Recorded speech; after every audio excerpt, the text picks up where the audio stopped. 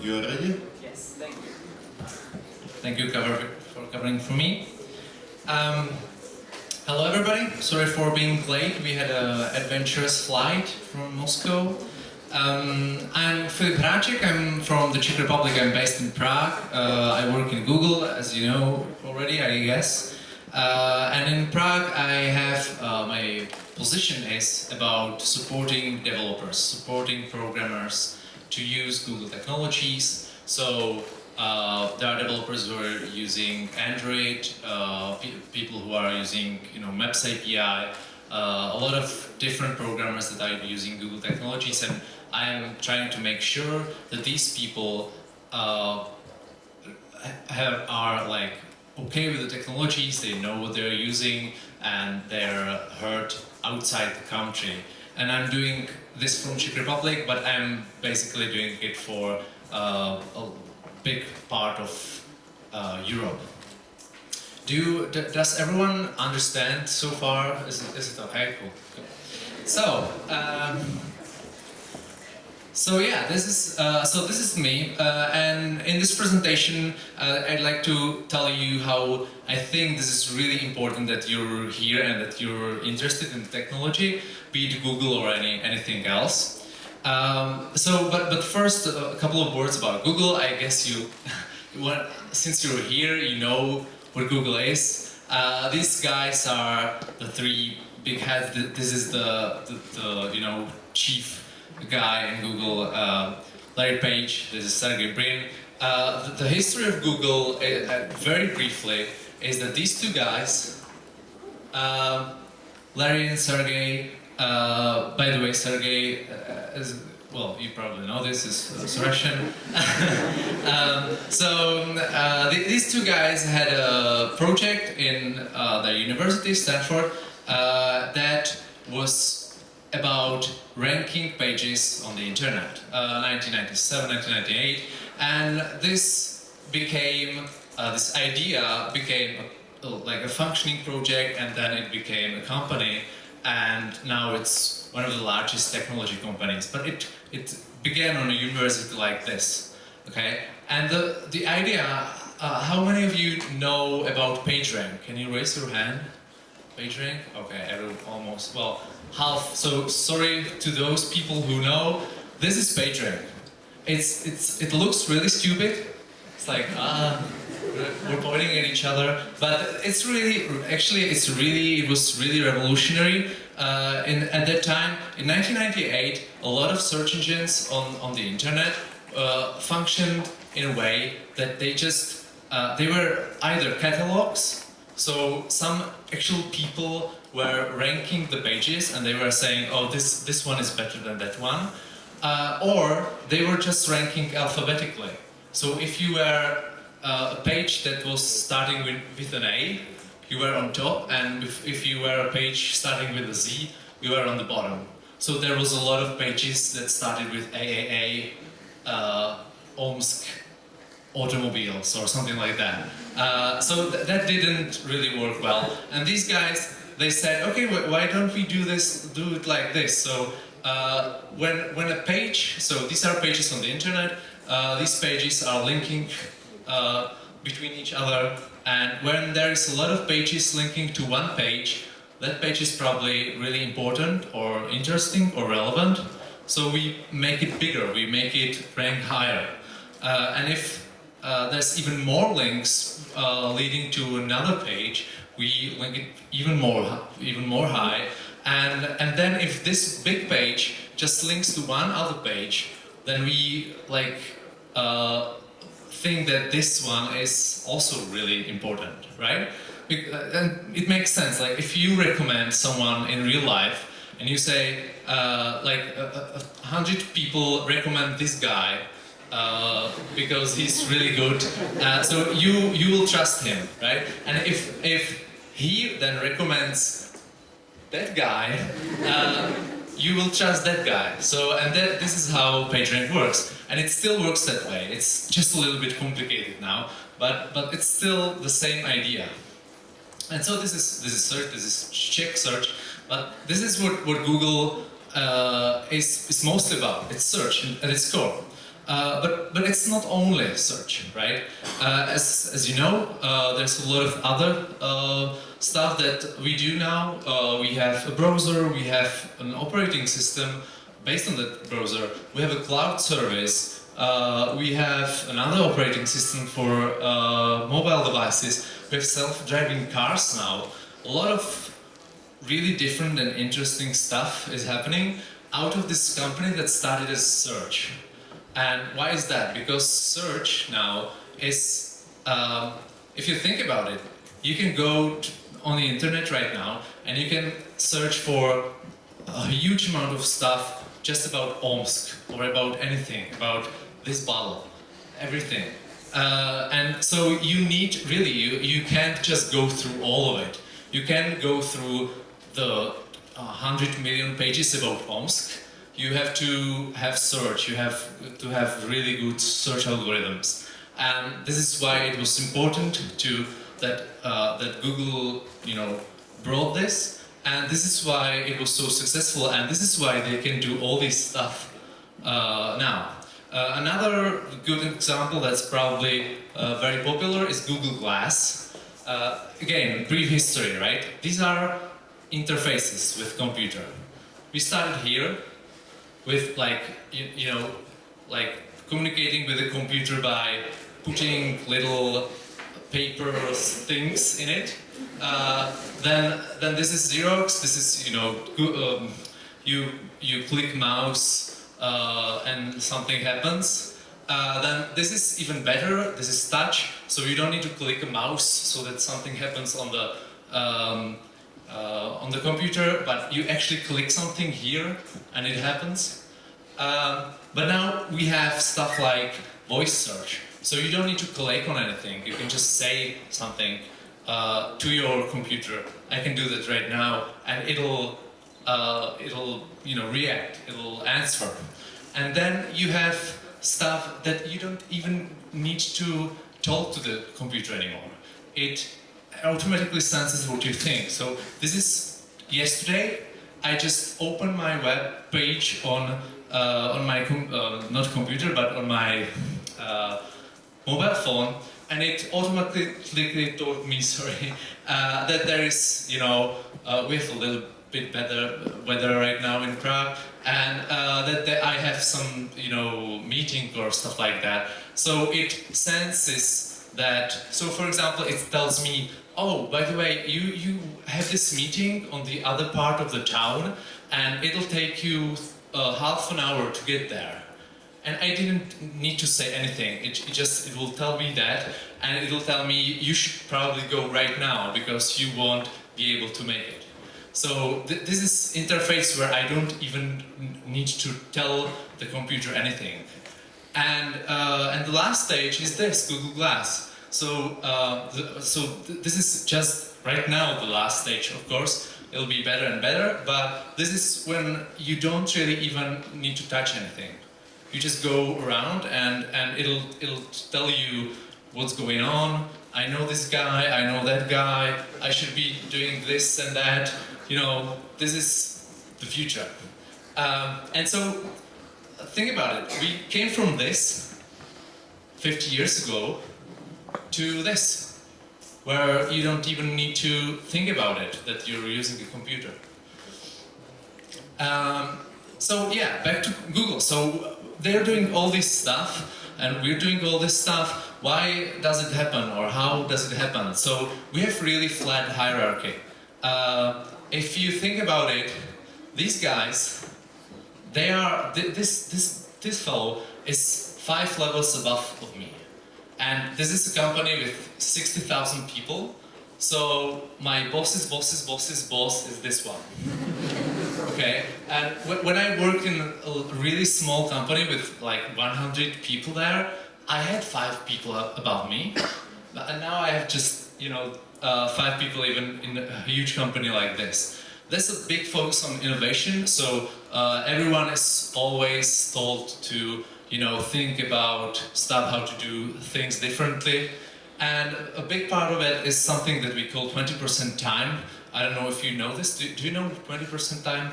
Some of you.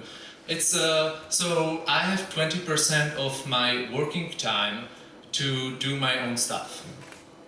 So I just do stuff. And so of course I need to do what I need to do, what they pay me for and stuff like that. But then I have 20% of time, so for example a Friday, to just think about my own projects and do those projects. And maybe they will be successful, maybe they won't, but I do something that is interesting for me. This is how, if you know Gmail, so this is how Gmail started. Someone just started doing an email service in his free 20% time, and it became Gmail, right? So why does it all happen? Like we are really spoiled. Like we have 20% time, and we have all these Google glasses and really nice technology, and we eat for free, and so on. So why does the companies spoil us so much? And this is, I'm finally getting to my point here. It's something that is called developernomics. Developernomika in, I don't know, maybe in Russian, probably not. So this is about people and programmers being more and more important. So in probably in Russia, but in Czech definitely.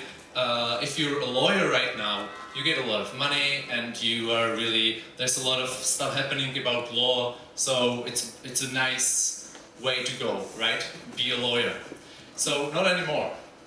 And there are two things that are happening right now. The first thing I call the power of an algorithm, and I'll let you know a really like a personal thing. So I'm looking for a flat right now. Right? This is actually Omsk, but I'm looking for a flat in Prague.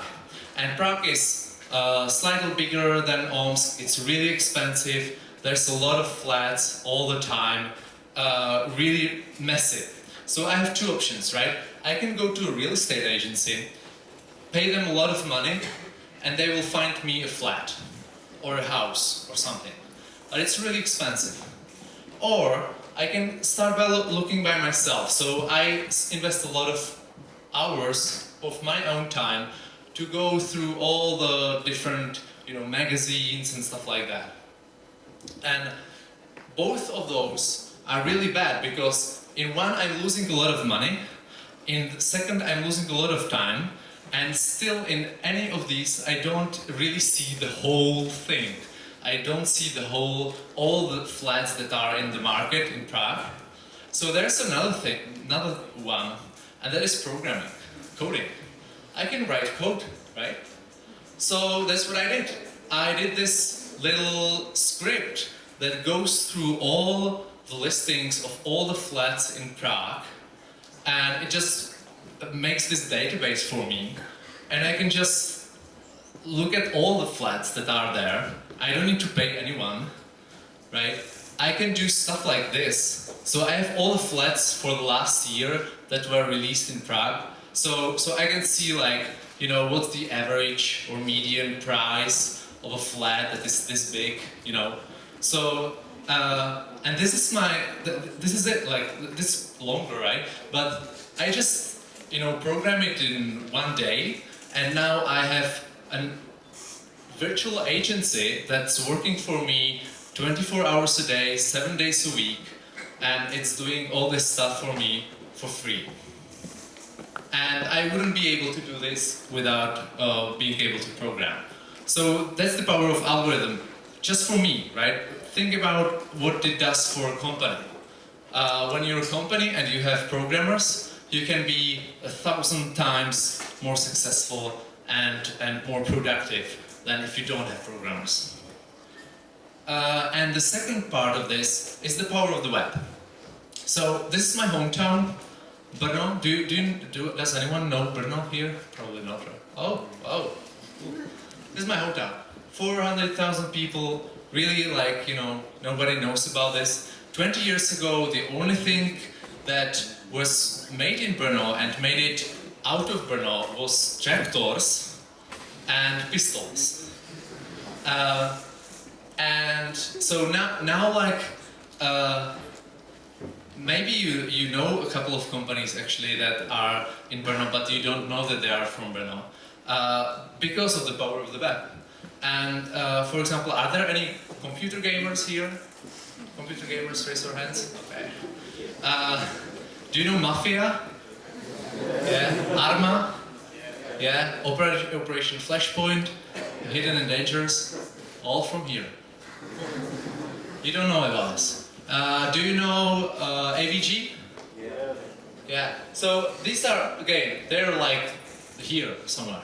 So, and this is a company that is actually selling their software to the US, and they're making millions of money in the American market and in the global market, and they're from my hometown. I didn't even know this, like 10 years ago. So, and this is really important because now, like, everyone can enter the global market, and you can be in Omsk, and you can do a really good, computer game or antivirus or whatever else, and there's really no barrier for you to sell it to some rich American guy over the internet without ever meeting him.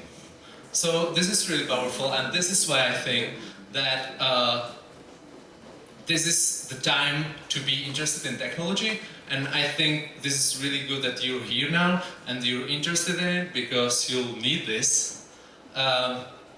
And so today, please absorb the information that you'll be given here, and definitely try to use it as much as possible, but also enjoy it. Thank you very much.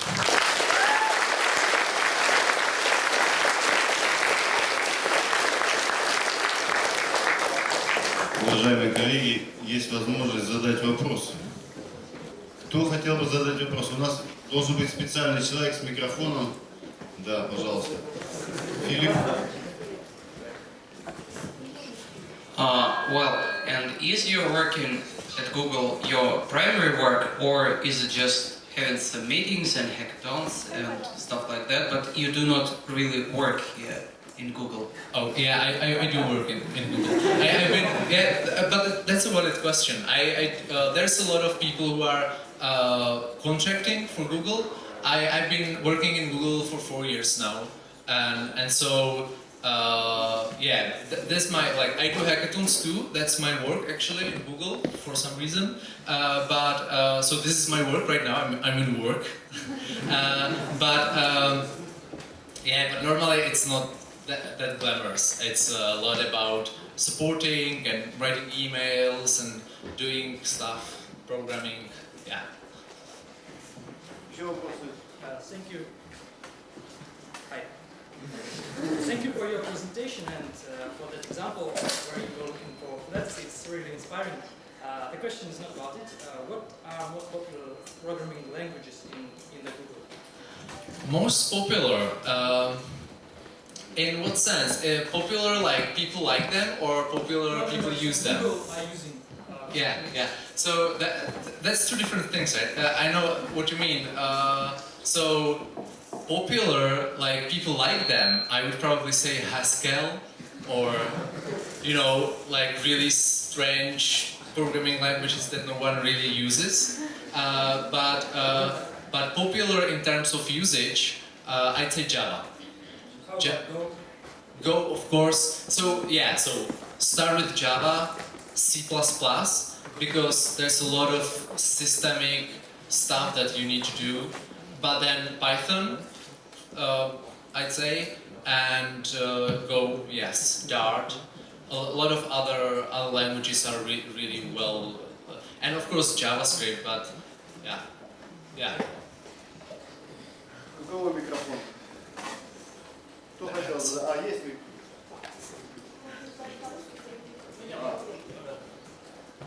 Ну давайте вас вопрос. How old are you, and when did you become the part of Google team? Oh, so I'm 30 now. I became part of Google 4 years ago when I was 26. Okay. I was, yeah. It was strange, like someone called me, "Hi, we're from Google, we want to hire you." I was like, So actually Google called you By the way, do you know LinkedIn? Yeah. Yeah. Be on LinkedIn because they found me through LinkedIn, and I know a lot of other people who were found through LinkedIn. That's. Do they search people in Omsk? I know. I'll tell them. Еще вопросы? Ваш вопрос, пожалуйста. Is it harmless to use Google Glass? I haven't used Google Glass yet. There are like 50 of them right now. So I haven't touched them yet. I know them theoretically, but yeah. Вот вопрос, пожалуйста. Slides are part of because it is said that Google is developing groups based on communication, but you're saying that many projects are done just in a way one person writes something and then it's just developed. So what is the most maybe productive way of creating? Is it individually or in team? Mostly, very good question. In teams, you mostly start yourself, like trying stuff, and then you say, "Hey, I have this little project here. It doesn't work. Can you help with me? Help me with it?" And people. So most of the time, like after just a couple of weeks, you have a team, even with a 20% time. So definitely teams. Yes. Так, пожалуйста. Hi, I have a sort of dangerous question. You talked about technology being more and more advanced and taking more and more on itself, so we don't have to do much to interact with computer, etc. Don't you think there is a danger of having computers think for ourselves? Okay, good question. I think I was more talking about the interface. So the thinking is still very much here. You just don't need to. So if